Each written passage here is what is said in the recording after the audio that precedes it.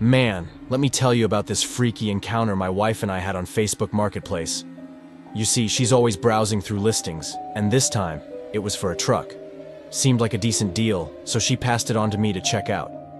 The guy selling the truck seemed alright at first. We chatted for a bit about the work he'd done on it, and everything seemed normal. I asked if I could come see the truck and take it for a spin, and he agreed. I suggested meeting at a QT, but he went silent for hours. Finally, he pops up and says he can't meet anywhere and asks us to come to his house.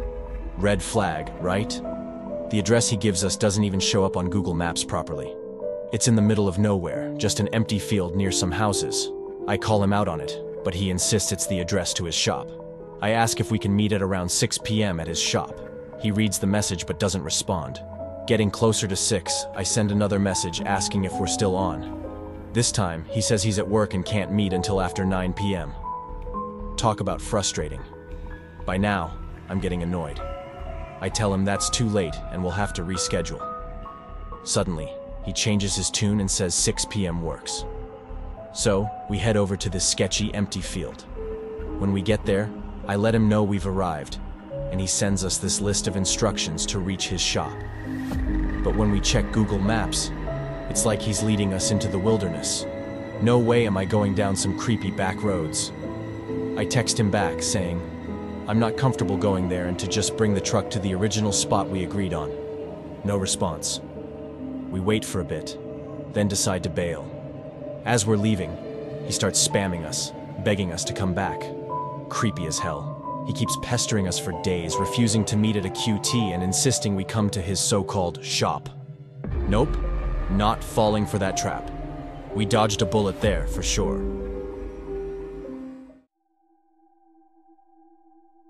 One time I was selling my used textbooks on Facebook Marketplace, just trying to make a little extra cash off my old books.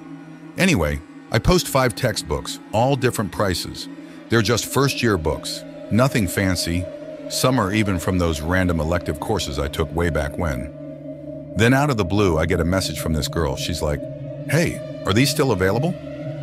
I'm thinking, sure, maybe she wants 1 or 2. But nope, she says she wants all 5. Now, I'm a bit surprised because that's not the usual deal, but hey, I'm not complaining. It's a quick sale, right? But then things start getting real weird, real fast. I decide to check out her Facebook profile. You know, just to make sure she's legit.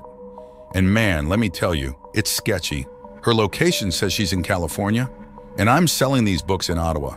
Red flag number 1. Plus her profile pic is some random gavel, and her cover photo is just a close-up of what's supposed to be her face.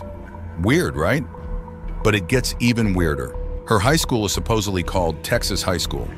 Now call me skeptical, but that sounds made up to me. Then she hits me with, "Text me," and gives me this area code, 275. I look it up, and guess what? Nowhere to be found. I'm starting to feel like I've stumbled into some kind of scam. So I politely decline giving out my number and suggest we keep chatting on Facebook. Then I mention I prefer cash for the textbooks. And you know what she says? A moment, that's it. She likes my message and then ghosts me. And don't even get me started on her grammar. It's like she's typing with her eyes closed. At this point, I'm getting major alarm bells ringing in my head. I was planning to meet her in downtown Ottawa, but now I'm thinking that might not be the best idea. Who knows what could happen? I'm scrolling through Facebook Marketplace, right? Just killing time, checking out what people are selling. Then bam, I see it, an ad for a brand new couch, never used, free for pickup. Now, I'm not usually one to fall for too good to be true stuff, but hey, a free couch? I couldn't resist. I shoot the seller a quick message, telling them I'm interested. And guess what? They reply super fast, saying the couch is mine if I want it. Score, right? Well, not exactly. There's a catch. I have to pick it up after 9 p.m. Now, that's a bit weird, but my curiosity gets the best of me, and I figure, why not? Fast forward to that night, and I'm driving out to pick up this mystery couch. But let me tell you, the directions take me to the middle of nowhere. I'm talking dirt roads, no streetlights, just miles of emptiness. At this point, I'm starting to wonder if I've made a huge mistake. Finally, I roll up to this dark house, surrounded by darkness. It's like something out of a horror movie. But I'm determined, so I march up to the front door and knock. The door swings open, and I'm greeted by darkness. Seriously, it's pitch black inside. I exchange some muffled hellos with the seller, who then tells me to head to the basement.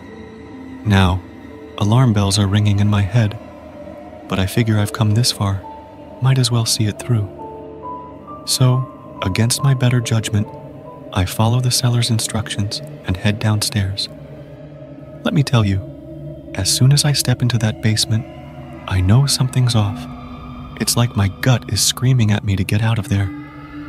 Adrenaline kicks in, and I bolt out of that house. To this day, I still wonder what was going on in that place. But one thing's for sure. I won't be picking up any more freebies from Facebook Marketplace, that's for sure. Sometimes, it's just not worth the risk. I hope you found these stories as chilling and unsettling as I did.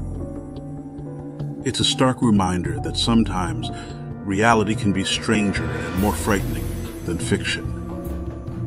If you enjoyed these tales of suspense, make sure to hit that like button and subscribe for more spine-chilling content. This is your host, Nicholas Black. Until next time.